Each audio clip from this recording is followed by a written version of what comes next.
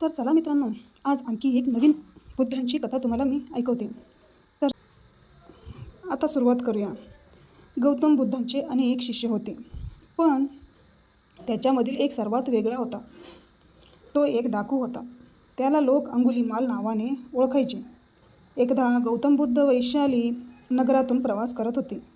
त्यांना काही लोकांनी अडवले. बुद्धांना लोकांनी सांगितले की वैशालीच्या बाहेरच्या जंगलात एक अंगुलीमाल नावाचा डाकू राहत आहे. तो लोकांना लुटतोय, मारतोय आणि नंतर त्यांच्या हाताचे बोटे कापून त्याची माळ बनवून घालतो. अशा खतरनाक व्यक्तीसमोर जाण्यापेक्षा तुम्ही आज रात्री येथेच मुक्काम करा. तेव्हा गौतम बुद्ध म्हणाले, मी एकदा प्रवास करण्याचा निर्णय घेतला तर मी मागे वळून पाहत नाही. मला जावेच लागणार. लोकांनी अडवण्याचा खूप प्रयत्न केला. सुरक्षतेसाठी सोबत येतो असेही म्हणाले, पण बुद्ध एकटे निघाले. एकटे गौतम बुद्ध जंगलाच्या रस्त्याने दुसऱ्या शहरासाठी निघाले. रस्त्यात दाट जंगल आले आणि अंधार पडू लागला. तेव्हाच अंगुलीमाल नावाचा एक भयानक डाकू त्यांच्यासमोर येऊन उभा राहिला. गौतम बुद्ध घाबरले नाही. शांत होऊन त्याला पाहत राहिले. डाकू म्हणाला, तुम्ही कोण आहात?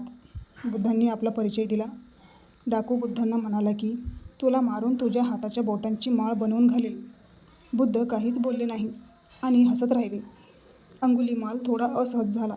तो रागात म्हणाला, तुझा मृत्यू तुझ्यासमोर उभा आहे. तुझ्याकडे जे काही असेल तर मला दे, अन्यथा मी तुला मारून टाकणार. बुद्धांनी शांततेत उत्तर दिले, भाऊ, माझ्याकडे तर काहीच नाही. मी तर एक भिक्षुक आहे. स्वतः लोकांकडून मागून खातो. अंगुलीमाल पुन्हा रागात बोलला, तुझ्याकडे देण्यासाठी काही नसेल तर मरण्यासाठी तयार हो ना. मी तुला मारून तुझ्या बोटांची माळ बनवून गळ्यात घालणार आहे. गौतम बुद्ध त्याला पाहून हसत राहिले. त्याने बुद्धांना विचारले, तुला मरण्याची भीती वाटत नाही? बुद्ध म्हणाले, भाऊ, मी तुला का घाबरू? तू पण माझ्याप्रमाणे मनुष्य आहेत. एका मनुष्याने दुसऱ्या मनुष्याला का घाबरावे? मला मृत्यूचे भय वाटत नाही. जर मला मारून तुला आनंद मिळणार असेल तर निसंकोच तू माझा वध कर. माझा मृत्यू एखाद्याच्या प्रसन्नतेचे कारण बनत असेल, यापेक्षा मोठे माझ्यासाठी काही असू शकते. तू निसंकोच माझी हत्या कर. अंगुलीमालच्या हातातून तलवार पडली. मृत्यूसमोर एवढ्या सहजरित्या उभ्या राहणारी व्यक्ती त्याने यापूर्वी पाहिली नव्हती.